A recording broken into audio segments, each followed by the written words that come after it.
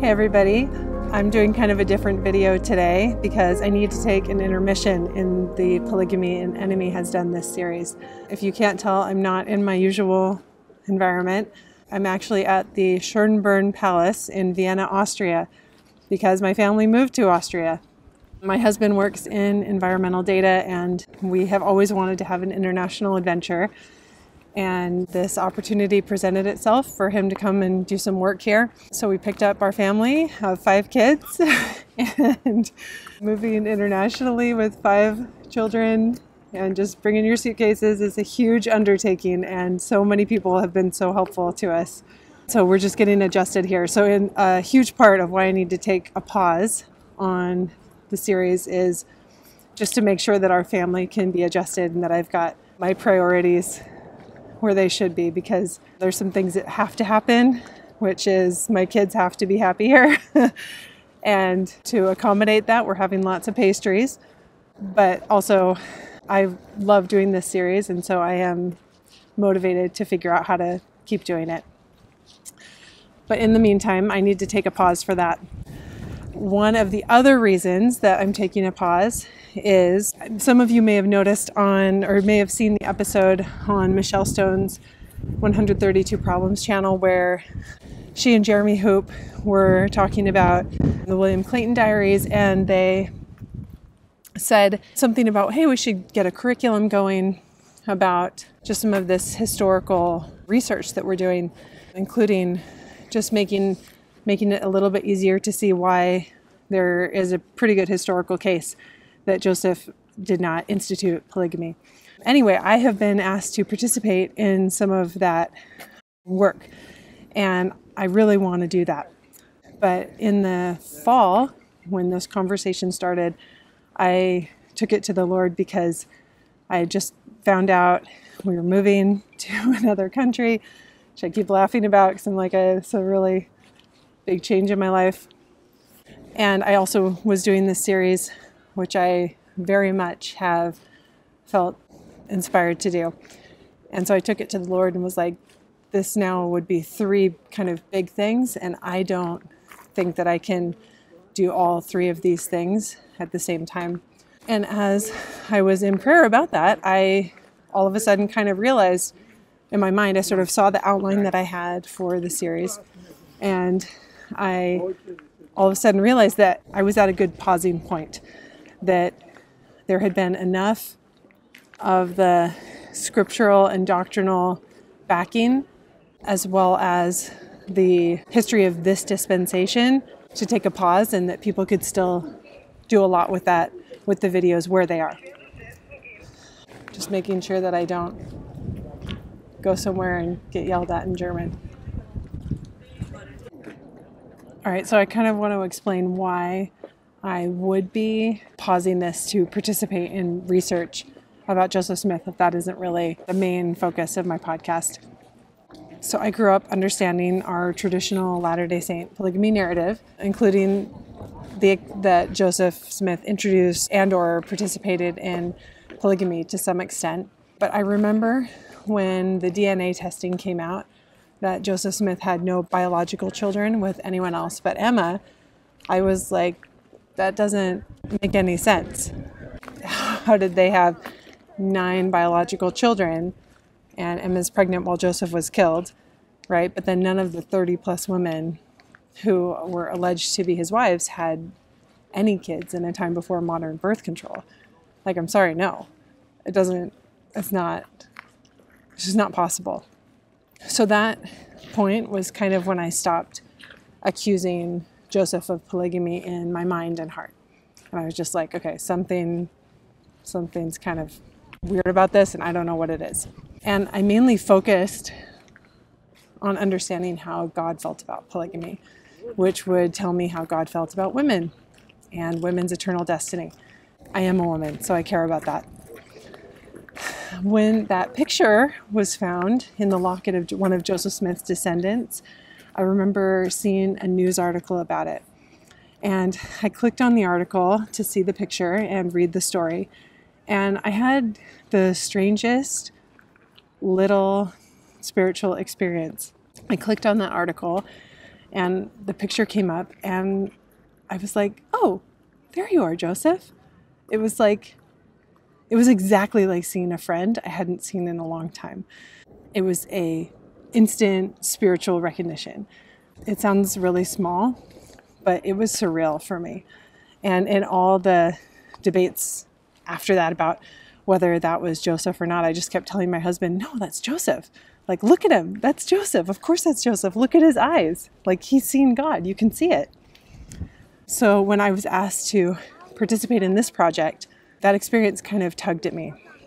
I think I'm actually going to have time to make regular shorts, because it's one thing to make a long video and prepare for that and make sure that it's correctly done. And then it's a whole other thing to make like a 30-second, 60-second spot. So that's, I think, what I'm going to be focusing on for the next few months, is just sort of keeping up with the conversation on YouTube through shorts and redirecting back to the videos that I've already done. So you actually might end up seeing like way more content from me. It'll just be really short. But before I finish this video, I wanted to share a really powerful experience that I had before starting this series, because I kind of just want to explain in a way that I think someone on the outside, right of my head, could understand, like, this is why I care. And this is why I think God cares. Because I really sincerely believe God is calling out to us, and that this is really the time for everyone to wake up, that it's so important for us, that Christ is going to come back, and we have to be able to recognize him. And we can't recognize him if we don't know what his actual gospel is. It's just really important to know what's true, like how it tastes, how it feels, what it sounds like, what it looks like. We have to know what truth is. So when I started writing my paper that I'm using as the framework for this series, it was really gentle. I started writing it in 2021. It was just attempting to kind of lay out scriptures that show that polygamy is not part of eternity. That, it happens here on earth, but it's not part of what God has planned for us after this life. It's just not there. While I was working on that, something else came to me, which I ended up publishing on Square 2 in 2 parts. And those 2 papers are the matriarchal order and the ordinances of the flesh, and seeking the matrimonial order, which to me are much more interesting and joyful concepts to contemplate than polygamy. I love thinking about the gospel in those ways. But after I'd finished publishing those papers, the Spirit just pled with me in the strongest of terms to pick back up the paper that I had been working on polygamy. And the title just came to me, like it just dropped into my mind. An enemy hath done this, the seed and weeds of polygamy. And as soon as I heard I heard that title in my mind, I was like, oh, I know what this is supposed to be now. And I was able to just craft it, put it together. It was like water pouring down, right? Like I just had to put in the time and the energy to catch it, to capture it, but it wasn't like it came from here. It was, right? And I was just trying to put it in the best way to understand it as I could. And so that's actually like a big part of why I'm willing to put myself out there with this perspective and this interpretation of scripture, because I know I didn't make it up. Like this isn't a title that I came up with. Like I'm not smart enough to be able to put all these scriptures together and line all this stuff. It's like I really am not able to do that. It's like once I was able to see what it was, then everything made sense using that lens. So I wrote the paper and I just put it on my own website, and it started getting some traction, and some people reached out for suggestions for getting it more widely read. And one that I immediately disregarded was a couple of people suggested I put it on YouTube. And I was like, I mean, how? Would I just sit there and read it? Like at the end of every sentence with the footnote, it'd be like footnote 42 and read that. Also, I don't really want to be a YouTube personality. And I think I told my husband, and I was like, that would be so boring, right? Terrible, terrible idea. But he was really encouraging. And my husband has been so encouraging for this whole thing. I'm really grateful for that. Anyway, but he said, you could just break it up into the arguments, like your main arguments, and just talk through them, just like make one video for each argument. And when he said it that way, that really sparked my imagination. And all of a sudden I was sketching out an outline and I had all of these ideas, but I was also thinking like, oh, I don't really want to do this. It's not really my thing. And also, I've said this before on Michelle's channel, but Michelle Stone's doing an amazing job and she's going through the history and the scriptures. So I don't really need to do this, which is actually a relief because I don't really want to subject myself to the public square of anonymous strangers and the negative things that get said. But then Michelle made a series of short videos about how painful and challenging it was for her to be out there alone. She felt, kind of alone with this perspective because people were actively trying to reprimand her, like get her officially reprimanded in the church. And I was like, whoa, that's not how this should be. Like, I can't sit here with a ready-made outline for a video series that backs up what she's saying and just do nothing. Some of this fire needs to be drawn away from her, and this is a legitimate interpretation of scripture, and there need to be more witnesses of that. So with all that, one day last February 2023, I was in my backyard gardening. It was cold, but in Los Angeles, you can absolutely garden in February. It doesn't get that cold. And I was on my hands and knees just praying and having a conversation with God about this while I gardened. And I was pretty much just explaining that I really didn't want to do a YouTube series because it made me cringe. It's like, it feels really embarrassing to put myself out there in this way, draw attention to myself. But I also really want to participate in this conversation. And I feel like a lot of it's taking place on this platform.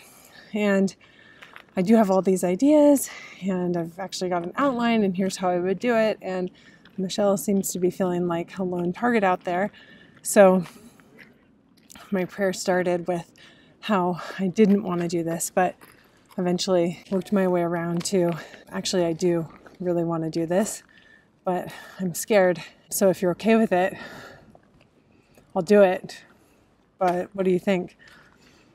And I was in this final stage of thought when I started to feel rain. And first I was like, oh great, yay, we always need rain. But then it hit kind of differently, and I realized it wasn't rain, it was hail. Our home is a couple of miles from the beach in West LA, and if you said it never hails, that would be like probably more accurate than it rarely hails.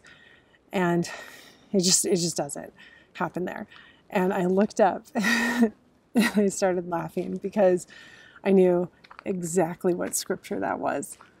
And the hail started to fall harder. And for a second I was scared because I don't really know hail. And I thought, oh, is it gonna, just nail me in the face? But then I immediately realized, no, that hail is not coming for me, right? It can't hurt me because this isn't just weather. Right? This is a witness of something, and I know exactly what this is a witness of. So I just basked in it. And my children and my husband ran outside, and everyone was just having so much fun playing in it. I grabbed my camera and videotaped. Just in a matter of minutes, our trampoline was covered in hail. So as I've gotten pushback in this series, it hasn't really affected me much, because I remember that God gave me the title, and God has given me a very clear physical witness that my efforts in this series are in line with God's work. And continuously, as I've been doing it, I have continued to have really clear spiritual help. So I'm saying all this to say I'm not going to quit this series. I'm taking an intermission. And I want to mention that defending polygamy does not defend Joseph, right? Like if polygamy is not of God, then we let it go. But we also don't have to accuse him of it. If it's like maybe he did, maybe he didn't, maybe we don't accuse him of it so much. So I really look forward to continuing my work on the series, but also to continuing my work to help my fellow Latter-day Saints see that we don't have to have faith in polygamy to have faith in the doctrine of Jesus Christ. That however beautiful and logical man-made creations are, right? I hope you've enjoyed seeing some of this palace, which is huge. Wow. This is the summer palace. There's a winter one too. No matter how beautiful these man-made creations are, they're nothing compared to God's creations. The things that God creates and establishes, like marriage between twain, right? The man and woman. That's beautiful. And that was ordained of God. And I really look forward to the day that we know. And it's so obvious, polygamy is a tear. Because then we can move on to the real beauty of the gospel. So I love you all. And you'll be seeing a lot of me in short snippets.